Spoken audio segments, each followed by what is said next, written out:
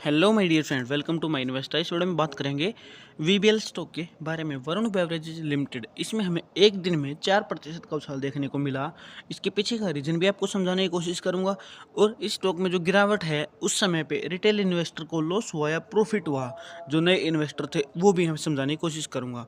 तो यहाँ पर आप एक चीज़ देखोगे, तो इस स्टॉक का जब आप फंडामेंटल एनालिसिस करने जाओगे तो आपको पता चलेगा कि ये स्टॉक फंडामेंटली बहुत स्ट्रॉन्ग स्टॉक है और इसमें हम 5 साल 10 साल के लिए इन्वेस्ट करके छोड़ सकते हैं, क्योंकि इसकी रिटर्न ऑन इक्विटी आपको देखने को मिलेगी 20% से ज़्यादा। इसका मार्केट कैप आपको 1.5 लाख करोड़ से ज़्यादा मिलेगा। उसके अलावा इंडस्ट्री पीई और इसका पीई रेशो भी आपको 5-5 दोनों मिलेंगे। कंपनी के ऊपर कर्ज भी ना के बराबर मिलेगा। ठीक है, क्वार्टरली परफॉर्मेंस भी आपको इसको अच्छी देखने को मिलेगी। ठीक है, तो फिर इस स्टॉक में गिरावट क्यों हो रही है? ठीक है, ये एक न्यूज़ है, ये चर्चा का विषय बना हुआ है। ठीक है, लेकिन आप यहाँ पर एक चीज़ देखोगे तो ये क्वार्टर समझिए, यहाँ पर सितंबर और जुलाई के बीच का, तो इस जगह पर रिटेल इन्वेस्टर 1% बढ़ा। ठीक है, 1% यहाँ पर बढ़ा, यानी कि 1 लाख का 1%, यानी कि 1000 करोड़ की इन्वेस्टमेंट रिटेल इन्वेस्टर ने यहाँ पर की। ठीक है, तो उसके बाद यहाँ पर क्या हुआ, इस जगह पर रिटेल इन्वेस्टर ने सेलिंग कर दी 1% की। जो यहाँ पर बाइंग थी, 1% की सेलिंग यहाँ पर कर दी गिरते हुए प्राइस में, लॉस के साथ।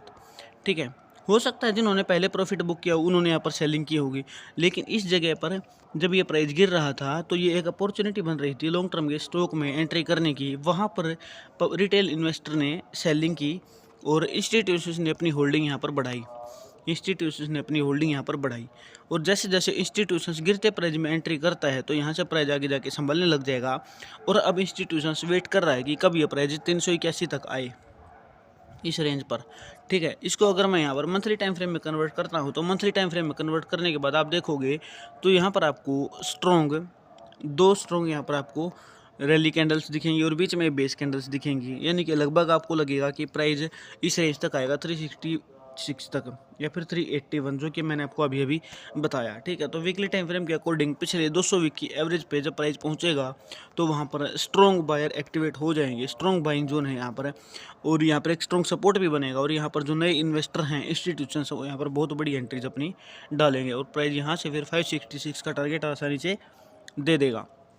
ऐसा ज़रूरी नहीं है कि प्राइस यहीं तक आए, क्योंकि पहले भी आप देखोगे तो प्राइस कई बार तो मूविंग एवरेज 50 तक भी नहीं पहुंच पाया है और प्राइस यहां से ऊपर चला गया है। तो यहां पर जो प्राइस की जगह थी, ये काफ़ी अच्छी अपॉर्चुनिटी थी, क्योंकि वीकली टाइम फ्रेम में आप देखोगे ना तो 50 वीक की एवरेज तक भी प्राइस नहीं पहुँचा है। आपको इस जगह को देखिए, ठीक है, यहाँ से इस जगह से 2020 के बाद से जो प्राइस है ना, वो पिछले 50 की मूविंग एवरेज 50 वीक की एवरेज तक भी नहीं आया था, एक्सेप्ट दिस प्लेस। ठीक है, यहाँ के अलावा कहीं पर भी प्राइस में गिरावट इतनी नहीं देखने को मिली कि वो अपने 50 वीक की एवरेज तक भी प्राइस पहुँच सके वीकली। ठीक है, तो यहाँ पर जो ये करेक्शन है, ये काफ़ी सही अपॉर्चुनिटी है लॉन्ग टर्म इन्वेस्टमेंट के लिए इस स्टॉक में। ठीक है, तो यहाँ पर आप एक और चीज़ देख सकते हैं कि जो प्राइस है वो इस रेंज में भी संभल रहा है। ठीक है, यहाँ पर भी जो प्राइस है वो संभल रहा है। तो मुझे उम्मीद है मेरी वीडियो आपको पसंद आई है।